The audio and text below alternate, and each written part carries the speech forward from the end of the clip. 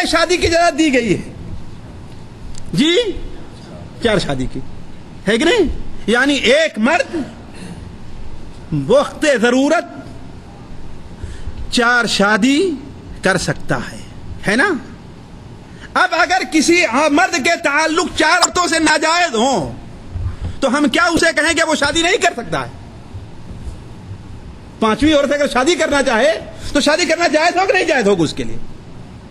اگر زنا کا وہی حکم ہے جو نکاح کا ہے تو اس کے لیے آپ کہیے کہ شادی کرنے کی اجازت نہیں ہونی چاہیے.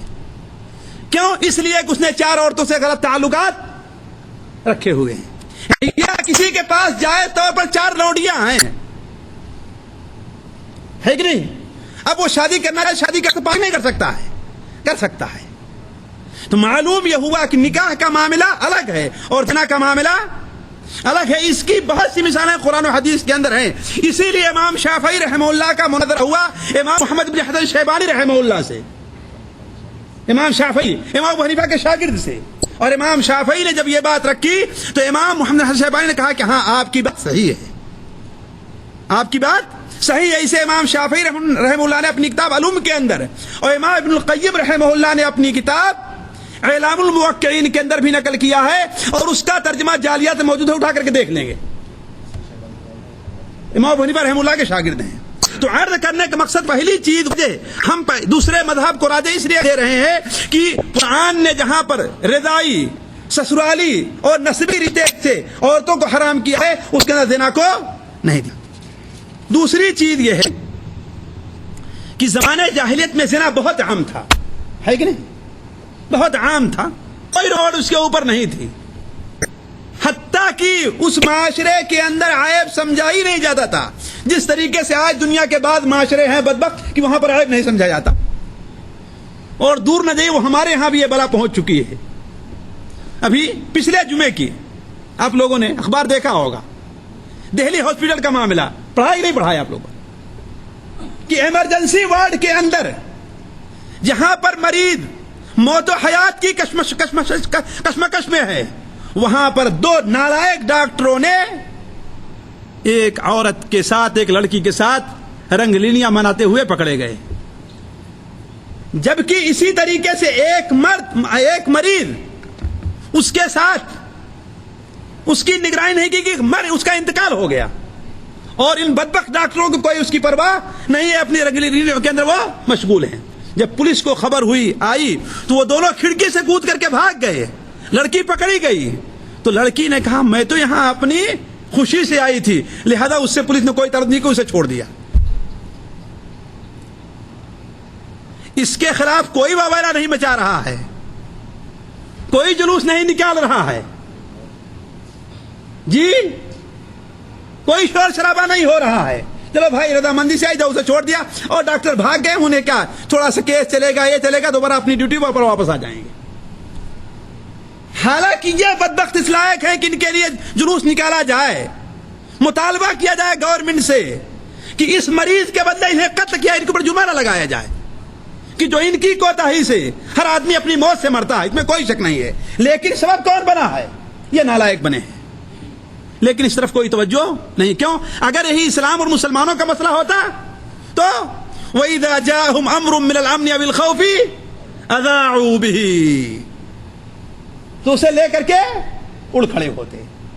تو عرض کرنے کے زمانے جاہلیت کے اندر زنا بہت عام تھا، اور یہ چیز کثرت سے پائی جاتی تھی، حتیٰ کہ لوگ اس سلسلے میں شادی کرنے سے متعلق کسی چیز کی پرواہ نہیں کرتے تھے. لیکن اسلام نے اس سلسلے میں کوئی پابندی نہیں لگائی کہ ہاں زنا جس لڑکی سے کیا ہے اس کی ماں اس کے اوپر کیا ہے؟ حرام. نہیں، کوئی پابندی اس کے اوپر نہیں لگائی. اس کا مطلب یہ ہے کہ جس سلسلے بارے میں اسلام خاموش ہے، اگر عادات کا معاملہ ہے تو وہ چیز جائز ہے. تیسری وجہ کہ حضرت عبداللہ ابن عباس جو بڑے پائے کے صحابی ہیں، صحیح سند سے ان سے ثابت ہے کہ ان سے جب اس سلسلے میں سوال کیا گیا کہ ایک شخص اپنی خوش دامن سے اپنا منہ کالا کرتا ہے تو کیا اس کی بیوی اس کے اوپر حرام ہو گئی؟ تو انہوں نے کہا کہ اس نے 2 حرمت کو پامال کیا ہے، اس سے اس کی بیوی اس کے اوپر حرام نہیں ہوگی. یہ صحیح سند سے ثابت ہے. اس کے علاوہ امام بحقی رحمہ اللہ کہتے ہیں، اور اب تک مجھے کسی صحابی سے اس بارے میں کوئی صحیح سند سے کوئی بات معلوم نہیں ہوئی اس کے خلاف. اور 5ویں وجہ یہ ہے کہ جو لوگ حرمت کے قائل ہیں ان سے بڑے احترام سے کہہ رہا ہوں کہ ان کی دلیل کے اندر کوئی وزن نہیں ہے. کیوں؟ پہلی چیز جو ان کی دلیل بنائی ہے انہوں نے کہ تم نکاح ان عورتوں سے نہ کرو جن سے تمہارے باپ دادا نے نکاح کیا ہے. تو پہلا سوال تو ہے کہ آیا یہ آیت کب نازل ہوئی اور کیوں نازل ہوئی؟ اس لیے کہ جب آیت کا سبب نزول معلوم ہو جائے تو اس کا مفہوم آسانی سے متعین کیا جا سکتا ہے. سبب نزول اس کا یہ ہے، حضرت عبداللہ ابن عباس بیان فرماتے ہیں کہ زمانے جاہلیت کے اندر یہ رواج تھا کہ جب باپ کا انتقال ہوتا تھا تو آپ اچھی طریقے جانتے ہیں کہ اس زمانے میں 1 سے زائد شادی کرنے کا رواج تھا، اور بسا اوقات باپ ہوتا تھا 70 سال کا اور بیوی ہوتی تھی 17 سال کی. جیسے آج بھی اہل بادیہ کے اندر یہ چیز عام ہے کہ نہیں؟ تو اب اگر باپ کی عورت خوبصورت رہا کرتی تھی تو بیٹا کہتا چلو تمہارے انتقال کے بعد میرے حصے میں تو آنے ہی والی ہے، اور شادی کر لیتے تھے. بلکہ باپ کی بیوی کو بطور میراث قبول کرتے تھے وہ لوگ. اسی لیے اللہ نے فرمایا وَلَا تَرِثُ النِّسَاءَ كَرْهًا، عورتوں کو زبردستی میراث نہ بناؤ تم لوگ. تو حضرت عبداللہ ابن عباس بیان فرماتے ہیں کہ چونکہ زمانے جاہلیت میں یہ رواج تھا کہ باپ کی شادی کی ہوئی عورت سے لوگ شادی کرتے تھے، اس لیے اللہ تعالیٰ نے کیا بیان فرمایا؟ وَلَا تَنْكِحُوا مَا نَكَحَ آبَاؤُكُمْ، تمہارے باپ نے جن عورتوں سے نکاح کیا ہے ان سے نکاح نہ کرو. دوسری چیز یہ ہے کہ قرآن میں جہاں کہیں بھی لفظ نکاح آیا ہے وہاں کہیں بھی زنا کے لیے مستعمل نہیں ہوا. پورا قرآن اٹھا لے جائیے، آپ پورا قرآن دیکھ لے جائیے، جہاں بھی استعمال ہوا ہے وہ عقد نکاح کے لیے استعمال ہوا، زنا کے لیے کہیں استعمال نہیں ہوا. کہ یعنی جس کے جس کو کہتے ہیں تم سے شادی نہ کرو، اور ہمارے ذہن میں یہ خیال آیا تو میں اپنے خاص مکتبے میں دیکھنے لگا تو میرے پاس اردو کے 10 سے زائد ترجمے موجود ہیں. قرآن مجید کے ترجمۃ المعانی 10 سے زائد موجود ہیں، جس میں حنفی کے بھی ہیں، دیوبندی کے بھی ہیں، بریلوی کے بھی ہیں، اہل حدیث کے بھی ہیں، اگلوں کے بھی ہیں، پچھلوں کے بھی ہیں، ہر ایک کے ہیں. جتنا ترجمہ ہم نے اٹھا کر کے دیکھا ہر ایک نے ہی ترجمہ کیا ہے کہ جن عورتوں سے تمہارے باپ نے نکاح کیا ہے یا اپنے باپ کی منکوحہ سے تم شادی اور نکاح نہ کرو. تو مجھے بتائیں نکاح کس کو کہا جاتا ہے؟ زنا کو نکاح کہا جاتا ہے؟ عربی زبان کے اندر کہیں بھی، حتیٰ کہ تونس کے ایک مفسر نے لکھا ہے کہ عربی زبان کے اندر بھی کہیں بھی زنا کے لیے نکاح کا لفظ استعمال نہیں ہوا، کہیں بھی نہیں ہوا. نکاح اسی لیے استعمال ہوا ہے جسے ہم لوگ عقد نکاح کہتے ہیں.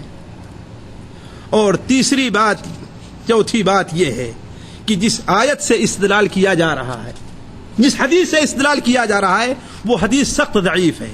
اس حدیث کو حجاج ابن ارطاط نے حضرت ام ہانی سے روایت کی ہے، اور ان کی ملاقات ام ہانی سے نہیں ہے کہ نہیں ہے. اور کبھی وہ روایت کو نقل کرتا ہے ابن ہانی سے، اور ابن ہانی یہ کون سے صحابی ہیں اسی لیے اس کا کچھ پتہ نہیں. اسی لیے تمام علماء نے، حنفی ہیں تو مالکی ہیں تو شافعی ہیں تو حنبلی ہیں تو اگلے ہیں تو پچھلے ہیں، تو تمام لوگ کہتے ہیں کہ حدیث کیا ہے؟